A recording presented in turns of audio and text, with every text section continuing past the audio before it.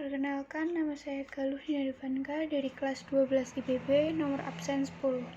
Di sini saya akan mempresentasikan tentang membuat dan merangkai gerak. Yang pertama ada prinsip dasar merangkai gerak. Prinsip dasar merangkai gerak itu dengan cara memilih tema tari, memilih karakter gerak, dan bagaimana bentuk karya tarinya.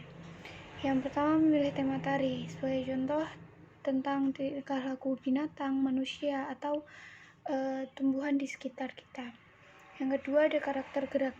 Karakter gerak di sini yang dimaksud yaitu watak gerak saat gerak itu diperagakan oleh penari. Misalnya penari itu mempunyai gerakan lemah lembut dan tegas. Yang ketiga ada bentuk karya tari. Bentuk karya tari akan mempengaruhi jumlah penari. Nah, jumlah penari ini akan mempengaruhi juga pembuatan gerak tarinya. Pembuatan gerak tari, bentuk tari tunggal yang diperagakan oleh satu penari pasti akan berbeda dengan pembuatan gerak tari dengan tari berpasangan yang diperagakan oleh dua orang penari. Gerak tari merupakan gerak-gerak yang telah mengalami proses tertentu, yaitu proses yang telah diolah berdasarkan perasaan, khayalan, persepsi, dan interpretasi. Oleh karena itu, timbul suatu pengertian bahwa gerak tari adalah gerak-gerak yang distilir sehingga menghasilkan gerak-gerak yang indah.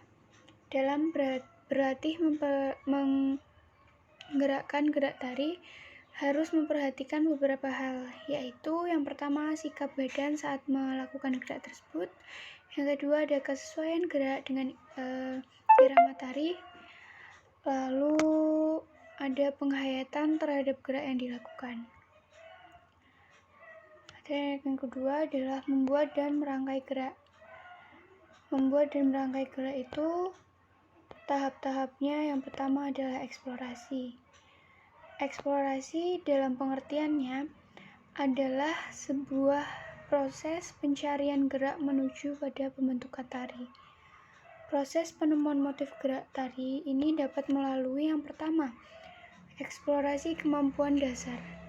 Nah, untuk eksplorasi kemampuan dasar ini tujuannya adalah untuk menemukan sebuah motif gerak yang kemudian akan diimprovisasi, divariasi dari berbagai segi, yang nantinya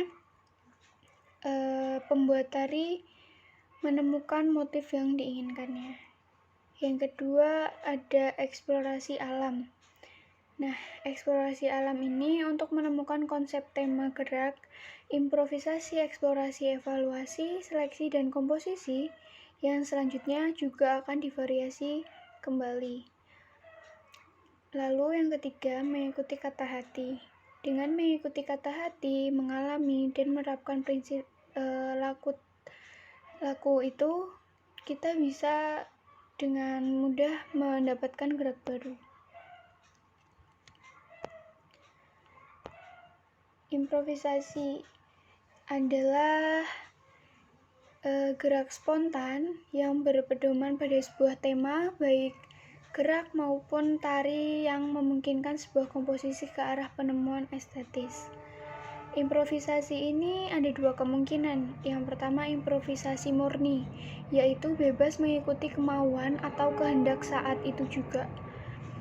Dan yang kedua adalah improvisasi terstruktur, yaitu bereksperimen dengan gerak berdasarkan suatu maksud yang telah ditetapkan atau berdasar interpretasi tertentu terhadap rangsang yang diterima oleh otak kita. Lalu ada forming, yaitu membentuk atau mengkomposisi. Forming itu pembentukan atau penyusunan ke dalam komposisi atau penciptaan tari menjadi bentuk koreografi. Ini juga merupakan hasil dari improvisasi dan eksplorasi. Yang ketiga, ada eksplorasi pola lantai tari tunggal. Nah, pola lantai yang ditarikan oleh seorang penari berbeda dengan yang ditarikan oleh banyak penari atau penari massal. Pola lantai tari tunggal itu banyak bentuknya. Pola lantai tari tunggal diantaranya berbentuk garis lurus ke depan, diagonal, zigzag, dan lingkaran. Intinya, pada pola lantai tari tunggal itu kita bisa bebas untuk menentukan pola lantai kita. Nah, contoh pola tari tersusun ada pada pola lantai tari Kelana Topeng dari Yogyakarta. Pola lantai yang pertama, penari membuat gerak dari belakang, membuat garis lurus ke depan. Lalu, yang kedua, ia membuat garis diagonal ke sudut kiri. Dan bergerak membuat garis diagonal melengkung ke sudut kanan. Kemudian bergerak lagi membuat garis diagonal kembali ke tengah. Dan yang terakhir, penari bergerak membuat garis lurus kembali ke belakang. Itu contohnya.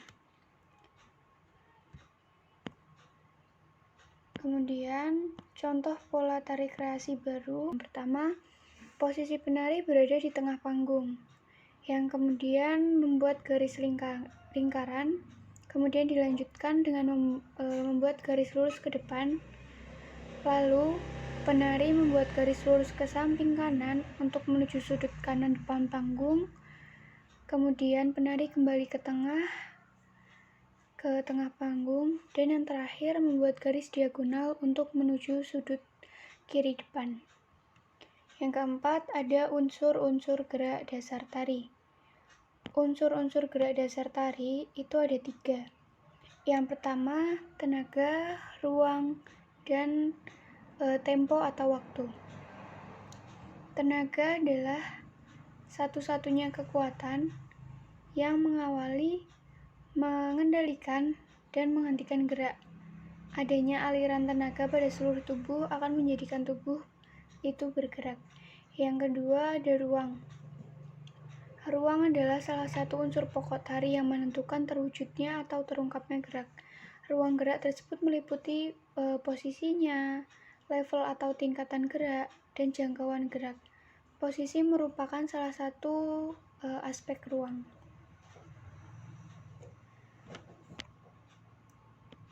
Level dalam ruang lingkup tari terdiri atas level atas, sedang, dan rendah. Level rendah ditunjukkan oleh berbagai posisi duduk saat menari. Level sedang, penari berdiri dengan posisi kaki menekuk atau diluruskan. Kemudian level tinggi, yaitu dalam menari ditunjukkan oleh penampilan gerak tari, mulai dari posisi kaki cincit sampai gerakan meloncat atau menjauhkan badan dari lantai. Yang ketiga, ada tempo atau waktu.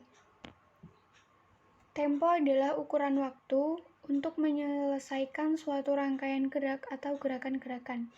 Untuk menunjukkan dinamika tempo, seorang penari harus mampu mengatur irama dalam geraknya. Selain itu, penari harus benar-benar cermat dan penuh kontrol dalam mengatur perubahan dari ritme atau irama yang cepat ke lambat, dari tempo yang pendek ke yang panjang.